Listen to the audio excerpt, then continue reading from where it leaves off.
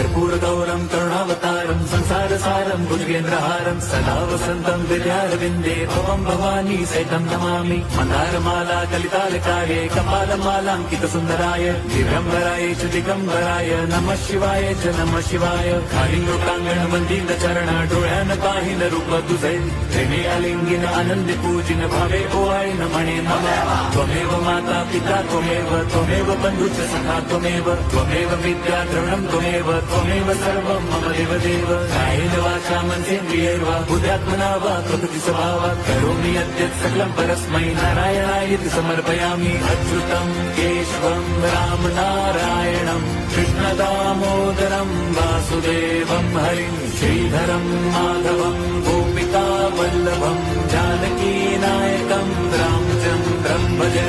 Hare Ram